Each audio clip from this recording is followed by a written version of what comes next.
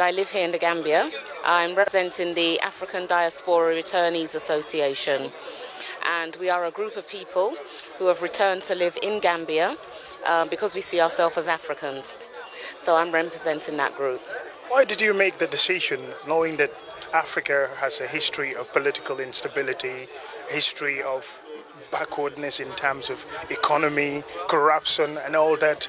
You left the life that you lived in, probably in the Caribbean or in the UK or somewhere in America, to come and live in the Gambia.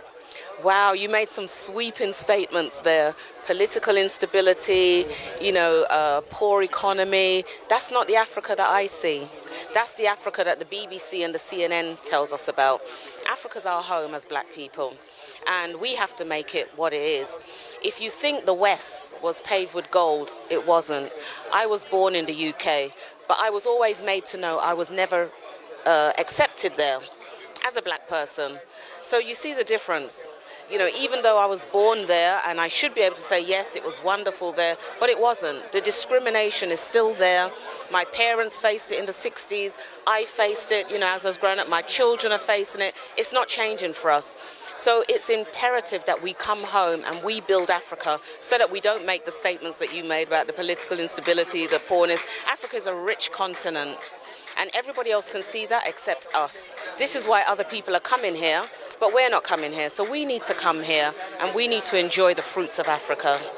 How do you adapt to a country that struggles a lot economically, and even when it comes to basic necessities like food, water, electricity, the on and offs of electricity? You've been in the UK all your life and you've not experienced such kind of things. How are you going to adapt in the Gambia?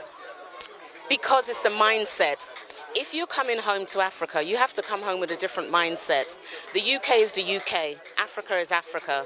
And if you want to live here and be part and parcel of the fabric of Africa, you have to adapt. But in that adaptation, you have to be part of the change as well. So, yes, we may not have stable electricity all the time. We may not have, maybe all the things that we thought we needed in the West. But we have to think to ourselves, did we need all the materialism that the West has to offer? Have we been spoilt by the West? Is it really about living the life we should be living as Africans? We are different, and we should be living a different life. So it's about adapting, but it's about changing the mindset first. You look like one of us. Do you feel at home when you came to Gambia? Absolutely. I've been coming here for 14 years, living here permanently for 2 years. This is the happiest I've been in my life. Every morning I wake up, I see the sun, first of all, and then I see people that look like me. That's enough for me. That's enough for me.